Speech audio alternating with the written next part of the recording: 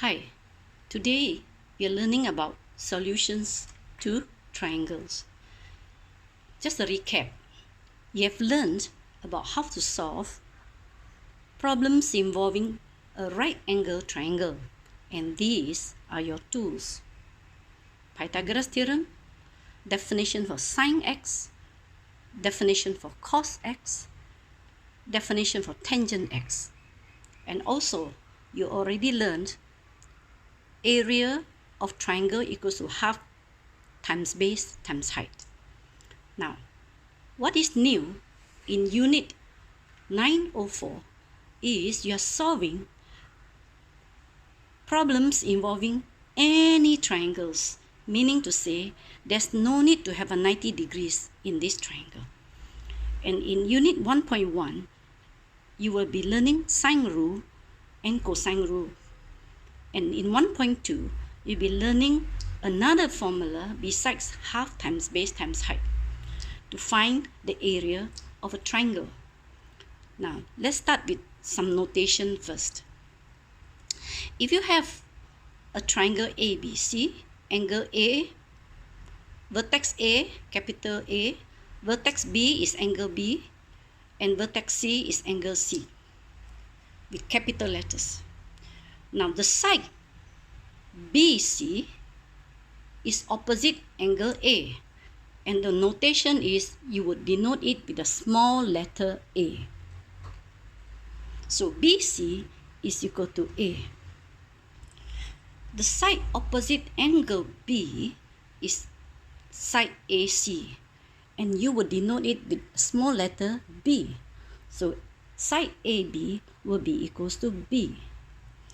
And the side opposite angle C is side AB is now denoted by letter C, small c. So that's the standard notation you need to know. So here's your sine rule.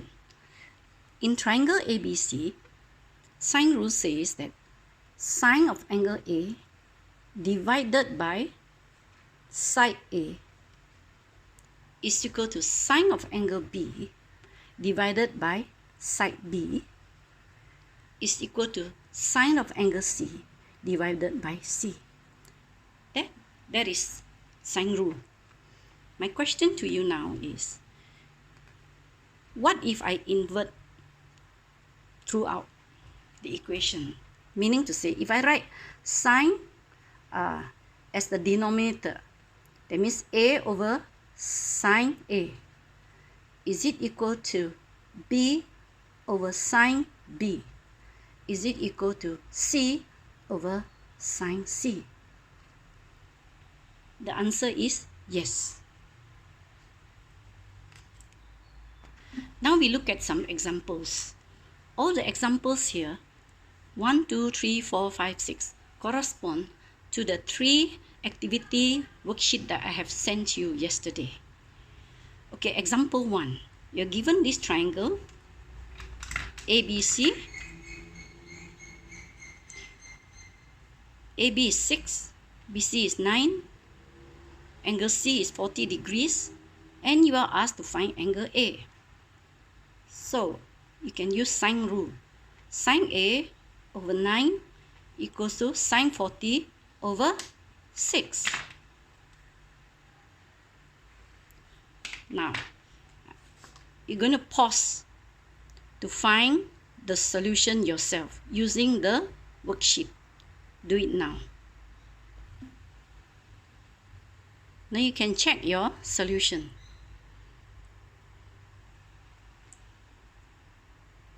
And if you are working at finding the value of sine A, you need to work until 4 significant figures. Otherwise, your answer may not be as accurate. And in trigonometry, solution to triangles, whenever angles are involved, always answer to the angle, answer to 1 decimal place. Now, I'm going to show you another solution to the same example where you can save 1 step. See here? And this is recommended. What's the difference? Look, starting is the same, up to here is the same, but in this second solution, we don't work out this value of sine A. You just plug everything into the arc sine. Angle A is arc sine of this whole thing. We are not interested in this value. And by doing so, you get the same answer and you save one step. And of course, this is recommended. And now, you can try example 2 by yourself. You can pause and we'll check the answer in a while. So here is the solution to example 2.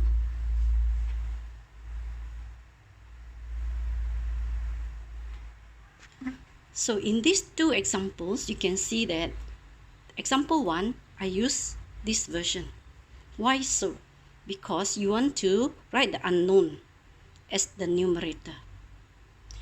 In example 2, I use version 2. Why so?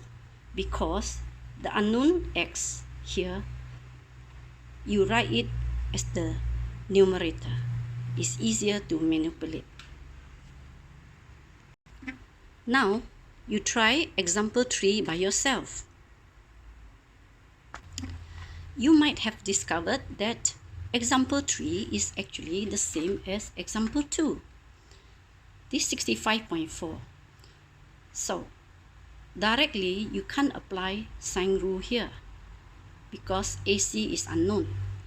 You need to find this angle so that you can apply sine rule. Therefore, to find this angle, take 180 minus this and this. You will get 40 degrees, which is exactly example 2. Special case. Now, in the event that angle A is 90 degrees, then you know that sine of 90 degrees is 1. And applying sine rule to this, sine A over A equals to sine B over B. Okay, so sine A with sine 90 degrees. Alright, sine 90 degrees is 1. So 1 over A is equal to sine B over B. Therefore, making B the subject, making sine B the subject, okay, sine B would be equal to B over A. Which is your definition of sine rule? Sorry, definition of sine.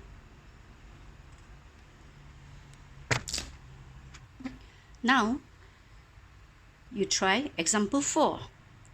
Try solving it using sine rule. Now, you would have found out that you cannot solve this value for x using sine rule. It fails. That's why we need another rule, which is called cosine rule. Now, cosine rule is written this way. It involves 3 sides and 1 angle. So I highlighted angle A. So if angle A is involved, you always start writing cosine rule starting with side A square. So A square equals to the other side B square plus C square minus 2 times B times C. 2BC cos of angle A. That is cosine rule in one version. Of course, there are 3 versions to involve the other 2 angles B and C. So now, let's go back to example 4. Now you are able to solve for the length x. Try it out. So we're going to check the solution.